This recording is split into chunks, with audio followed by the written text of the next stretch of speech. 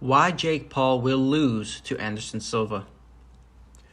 Jake Paul is about to meet his biggest test to date in his YouTuber meets professional boxing career when he steps into the ring with Anderson Silva. Much has been said to build up the reputation of his previous opponents. After all, he has knocked out two former UFC fighters in Ben Askren and Tyron Woodley. In this video, I'm going to break down just how Jake Paul has been able to pull this off and how he's made a huge mistake when it comes to the one and only Anderson Silva. Anderson the Spider Silva is arguably the GOAT of MMA who holds the record for the longest title reign in UFC history. Unlike many of Jake Paul's former opponents, Silva is not just another MMA fighter, but he's one of the best strikers the sport has ever seen and a student of the sweet science. He even took breaks from his MMA career to compete in pro boxing and most recently defeated former world championship boxer Julio Cesar Chavez Jr. in 2021. The rise of Jake Paul's boxing career began with a series of knockout performances. From 2018 to 2020, Jake Paul knocked out fellow YouTubers Deji and Anderson Gibb, followed by basketballer Nate Robinson. The problem child, as he's called, was eager to prove the doubters wrong when he finally called out a pro MMA fighter named Ben Askren. To the general public, Ben Askren was an MMA champion with fewer losses than Conor McGregor. To those in the know, he was a wrestler who had never won a UFC championship and was one of the worst strikers in any MMA organization. Askren was the fastest person to get knocked out in UFC history when he took a flying knee to the chin just 5 seconds to his second fight with the promotion.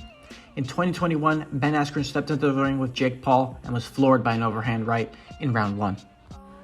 While the problem child boxed the worst striker to ever compete at the top level in MMA, Anderson Silva chose the path less traveled.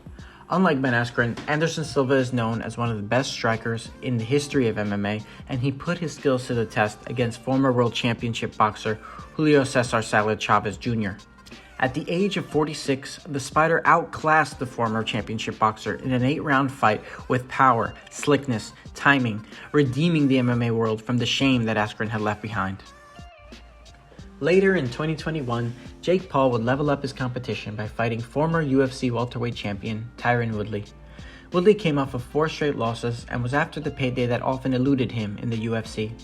Another decorated wrestler, Woodley was also known for his punching power and one-shot explosiveness, often lulling viewers into a deep sleep with how boring his performances proved to be in the UFC.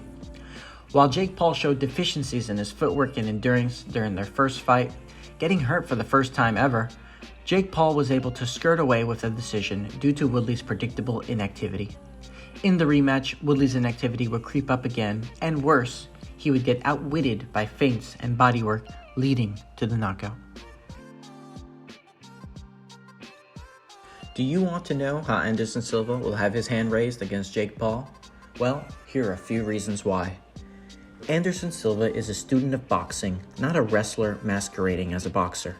Silva ranks as one of the best strikers in MMA history and defeated a former championship boxer in Julio Cesar Chavez Jr.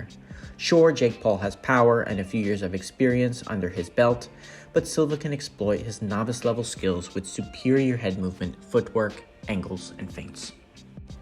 Ben Askren and Tyron Woodley were both undersized. Let's face it, they were competing 2 full weight classes below Jake Paul's division. The size difference on fight night was painfully obvious, and let's not forget the edge that gives Jake Paul in the way of power.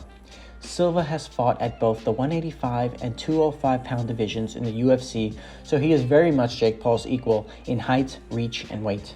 I do not expect an easy KO for Jake Paul for this reason. Does Jake Paul have enough fuel in the tank? It's worth noting that Jake Paul's only 8-round fight was against Woodley and he suffered terribly from fatigue. Even at the age of 46, Anderson Silva's engine is highly fuel efficient and was for 8 rounds against a championship caliber fighter. If Jake Paul plans on taking any breaks, Silva would take the opportunity to box his head off. Is Anderson Silva here for the money grab? I think not. Silva is a genuine student of MMA and boxing and he pours his heart and soul into his craft. He's a legacy fighter who will train to the best of his abilities in the octagon or in the ring. In the battle of wills, there's no one tougher than Anderson Silva. Jake Paul, this opponent isn't folding anytime soon. This is a huge step up for Jake Paul. Jake Paul has never truly fought anyone who's trained in the art of boxing. he failed to book some less skillful boxing fights against Tommy Fury and Hassan Rahman Jr., so I give him a lot of credit for taking on Anderson Silva at this stage of his career. I believe Jake Paul is criminally underprepared for what the Spider has to offer, but we'll just have to wait and see. That'll do it for this video, guys. Stay tuned for more videos, including a future breakdown of the Mayweather-Deji fight on November 13th. That's all for now, folks.